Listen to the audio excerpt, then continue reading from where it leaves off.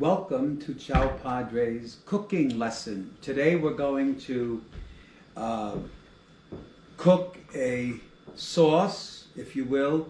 In Sicilian it's called rau, which means a sauce with meat in it. Usually pork, and sometimes a little beef. And even some parts of Italy they use lamb.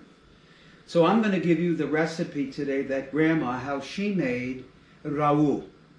Sicilian gravy, if you will, sauce, rau is the correct word. So I have, first of all, my sausage is frying now in a little bit of water, and that is the water that eventually evaporates and then it fries, because you don't want to put raw meat into the sauce. You don't want that blood into the sauce. It destroys the flavor. It even makes the sauce very dark. So you always want to fry your meat before you put it in. So right now I also put about a quarter of a cup of extra virgin olive oil in my wonderful Le Creuset pan. And then I'm going to put in a piece of sausage. I'm going to take the casing out so that the onion and the garlic that I put in, the olive oil, will take on the essence and flavor of this delicious sausage meat. So we're going to put that in first, and we'll fry that just a little bit, and then I will put in the onion and the garlic. Now, I like to use a Bermuda onion because they're very sweet, and as you know, tomatoes can be very acidic, but onions mitigate that, and there's something else I put in that mitigates it. So I'm going to put in now the onion, one big Bermuda onion, and about 4 or 5 cloves of garlic that I cut in half. There's no need to mince them. You could just cut them in half. And then, of course, we stir this and make sure that this is cooking well, because the essence of the rau is what I'm doing right now. If you will, this is like the roux we would make in for a gravy. This is the concentrate flavors with the onion and the sausage meat. And I also put in some fennel seed. This also helps to mitigate the acidity of the sauce, of the tomato. So you might want to put like a half a tablespoon of the fennel seed in there, because fennel also is something very sweet, and it mitigates the acidity. I know there are people that put sugar in their gravy or their rau, but I don't like sugar in it when I can use other natural things, such as good sweet onion and sweet fennel seed. So we let this cook up. Meanwhile, my sausage is cooking up, and the water will eventually evaporate. And you can put it on a high flame because you want the water to evaporate, and that helps it to evaporate quicker.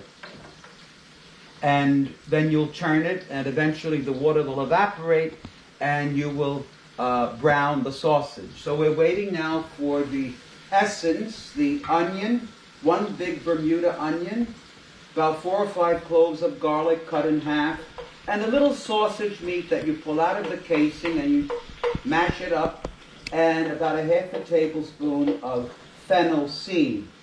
Now you have to let this cook up. As I said, this is the essence of the rau.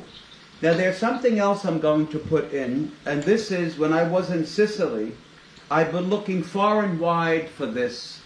This is conserva, or in Sicilian we call it lustrato, which means, I can't get it in the United States, but when I was in Sicily, I was so happy in the big market that they actually had la conserva that Grandma used to make and used to use. And what it is plum tomatoes are sliced open and peeled. They're laid out in the hot Sicilian sun. They're covered with a net so all the bugs and flies don't go on. And you let that dry to a certain point. And then you take that and you put it in a vial, you put olive oil on top, and you conserve it, la conserva. So you conserve it in a dark or cool place. And I was able to find that I wish I would have bought more, because this I guess the closest thing we could say that compares to it is in America is tomato paste. But this is much better, much richer than the tomato paste. And I find also that tomato paste sometimes is so strong that it gives people agita. It gives people indigestion. But la conserva doesn't do that because it's all done naturally, and you just need to put, you know, maybe a tablespoon, a teaspoon. I don't know whether you can get it, but if you can't get it, you can use a little tomato paste. And what I'm going to do is put this into the pot as the onion cooks better, put a teaspoon of this in, and then I use dry vermouth. I like to use dry vermouth when I cook because you really need a dry wine, and there's probably nothing drier than dry vermouth. And I'll put the conserva in with the onion and garlic and oil and fennel seed, and then I'll mix it around for about a minute, and then I'll add about a half a glass of vermouth, and then let that on a high flame cook up for about a minute or two, because you want to evaporate the alcoholic content of the wine. And so right now we're looking at this delicious sausage meat and sweet onion, and my sausage is cooking, and I'm going to just turn it over a little bit. And meanwhile, I have on the table, on the island there, I'm going to also make meatballs. Now, if I had some spare ribs, I would fry them and throw them into the ragu as well. You could also put, some people traditionally in the old days, they used to put pig skin, agutagin, they used to call it, a scotch de maiale, which you might like. And it's not fat, it's the skin of the pig. So it comes usually in small strips. Some people used to make a brujol out of it, but we just used to put it in. But I don't have any of that now. It's not so easy to get. I could get it sometimes when I go visit my sister on Long Island in the Italian store, the Italian butcher. So let me keep looking at this. Meanwhile, this is almost ready. You don't want to burn the garlic or the onion because it becomes bitter, and then you can throw the whole pot away. So now I'm going to put my conserva in, a teaspoon of it, mix it up with the oil and everything in here. Find a nice, so it cooks. You don't want it to be raw, so it cooks up. You mix it up with your onion, your fennel, your garlic, and your sausage meat, and cook it up for a minute or so, and you'll see that the roux, the essence, will start becoming colored red. Just a little. It's not that much that I'm putting in. And then I'll get ready to put in about a half a glass of vermouth, dry vermouth, not sweet. And I'll put that in. Oh, it looks fabulous. Delicious. And this is the essence. And you can see the conserva, the tomato, the concentrate dried tomato out in the sun. Not fully dried. It's not like the sun-dried tomato. It's less than that dryness. And so I'm going to now, you can see it in your camera there, in your picture. Now I'm going to put about a half a glass of dry vermouth in the ragu. And you put it on a high flame because you want the alcoholic content to disappear. Otherwise it'll have too much of a winey taste. And now you can see in the camera how red this is becoming. See, the strato, the conserva, is mixing up with the olive oil and the... Okay, go. Okay, so as you can see, the onion and the sausage, the fennel, the strato, is all mixing well. And now I put in 1 can of crushed tomatoes. And let that cook up a little bit. Once again, that becomes part of the essence because the crushed tomato are very concentrated. And that helps make the sauce thick. You don't need to cook it 10 hours. Now over here you can see the sausage, how it's browned very nicely, ready to put into the ragu. once I add the rest of the tomatoes. So we're going to put this on high, cook this up about 5 minutes with all that delicious essence, and then I'm going to put in 3 cans of plum tomatoes. And I have a wonderful Ninja.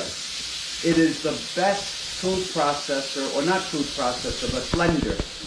And the great thing about it is if you put it on high, it pulverizes the seeds, so you don't have any seeds in your ragu. So this is cooking up, and I'm ready to soon add the 3 cans of tomatoes. I have 2 in here, and I'll do 1 more. So I'm going to add it now. And I'm going to blend 1 other can, because I can only fit 1 can, or 2 cans in the Ninja. So we're going to do another can. And I put it on high.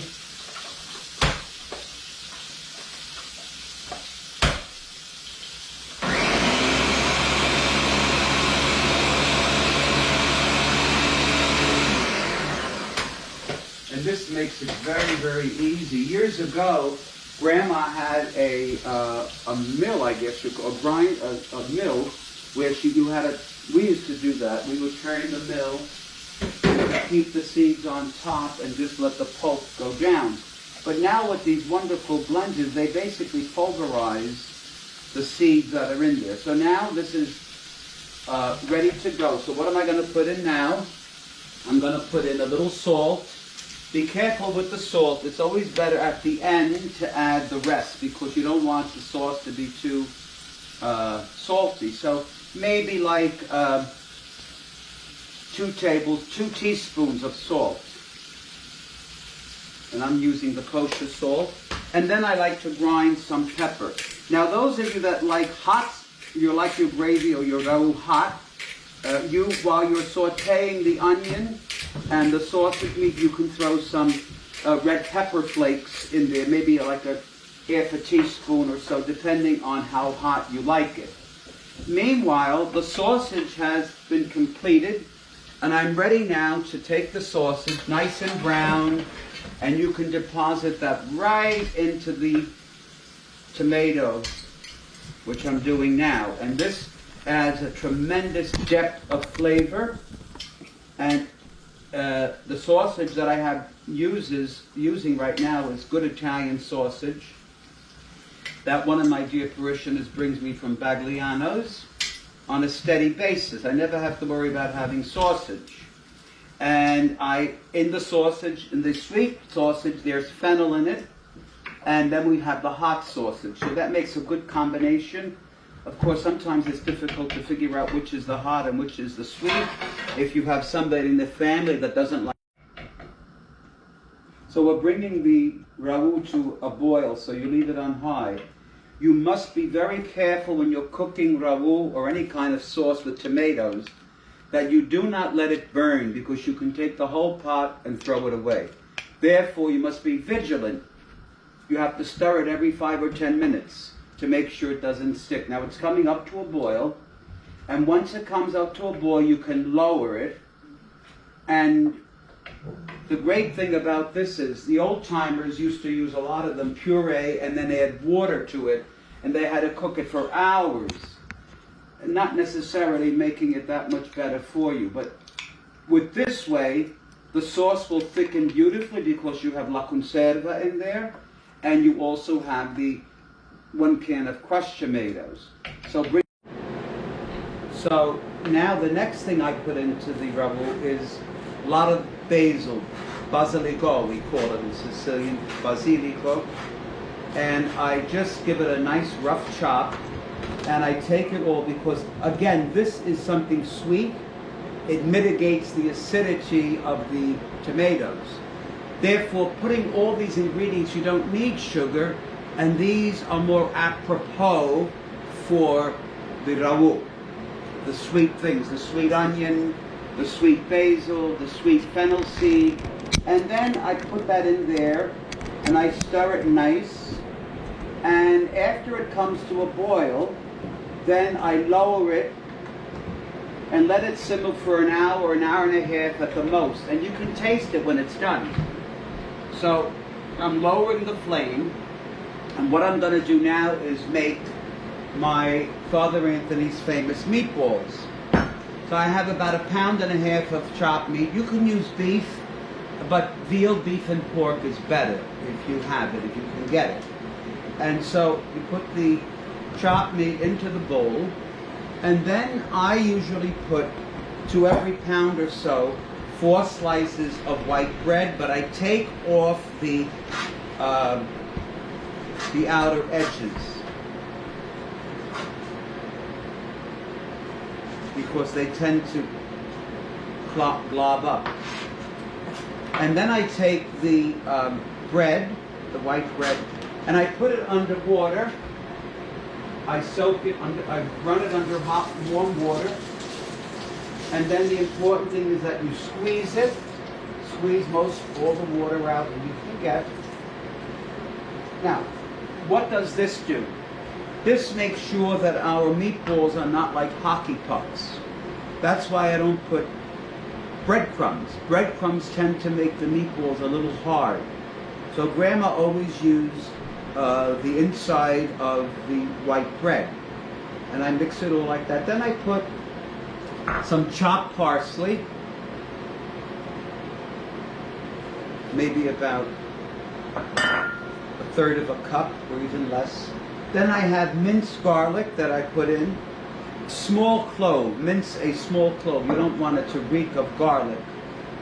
And then I put some good Italian pecorino romano cheese, because it's a stronger flavor than Parmigiano. Parmigiano is made of cow's milk, and hence you'll notice that it's a lot milder than Pecorino Romano, which is excellent in meatballs. And you put like 1/2 cup to a cup, depending how you like it. And then I put in eggs. I have to put in a couple. I usually put 1 egg in for every pound, so about 1 egg, and the egg helps to bind it, and then you could roll the meatballs well. I'll put a little bit of salt because your cheese is pretty salty, but you just put a little bit, maybe 1/2 teaspoon. And then I also like to put in some black pepper. And I'm going to put in now 1 egg. Make sure you don't get the shells in there. And then what I do, I mix it up with my hands. Pardon my hands, but this is the best way to do it. You get a very succulent meatball this way. It won't be real hard. It'll be moist inside and very flavorful, with a lot of depth of flavor with the delicious cheese and the egg and the black pepper, the parsley, which gives it a little bit of, mitigates any of the strong cheese taste. So you mix it all up like this, and then you make your meatballs, which is pretty easy. You just make your meatballs, and then you're going to fry them. Do not bake them. That's the easy way out, the lazy man's way. My grandmother would have had a fit if I dared bake the meatballs, because certain things you have to fry. Now when I fry these, I fry them in light olive oil, not the extra virgin. And you don't need to put a lot in the frying pan, because the meat of itself has some fat. When you get the chopped meat, there's enough fat in there to take care of it. So then I take the meatballs, I make the meatballs, and you know, some people like them real big, some people like small. Grandma used to say when they're too small, she used to say, "What are you making, meatballs for soup?" So this is the size that I make. Not too big and not too small. But I know some people like them bigger or whatever, so that's up to you. The important thing is when you fry these, you have to fry them on a high flame, because you want the outside of the meatball to get nice and crusty, so they don't break up when you put them in the ragu.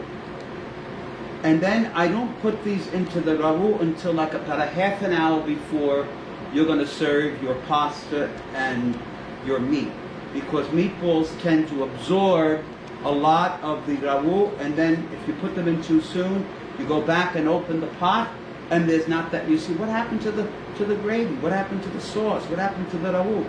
It's half the amount. Well, it's because the meatballs tend to absorb the sauce, the gravy, the ragu. And right now I'm stirring it, and you'll notice that as you cook this, I'm going to set the timer first for 1 hour, and then if I don't think it's cooked yet, then I cook it more. You can tell if it's cooked, and you'll also notice it will thicken as well. And do not cover the sauce. You're not making soup. You're making ragu. And so the whole point of it is that it should evaporate so the ragu becomes rico, becomes rich, and you have a nice flavor, rich flavor.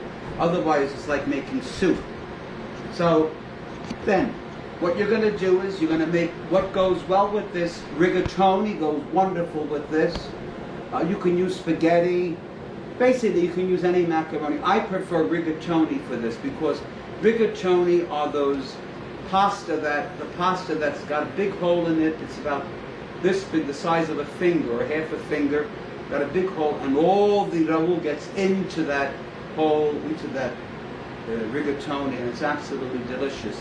And remember, when you cook your pasta, about 9 minutes is plenty to have it al dente, especially rigatoni, because they tend to be a more dense pasta. And you want to put them in, when you put your pot on, make sure you have a lot of water. Don't skimp on the water. And put salt in the water. Once it starts to boil, you throw in your pasta. And you set your timer for 8 or 9 minutes, and you taste it. If you think it's not cooked enough, put it in for another minute. Keep it on for another minute. So that's what I have to tell you today. I hope you're going to enjoy making your own ragu siciliano. You will devour it. Your family will love it. They're going to say, where did you get this wonderful recipe? It's delicious. Well, you got it from Father Anthony, your pastor. May God bless you, and thank you for watching. Ciao, Padre.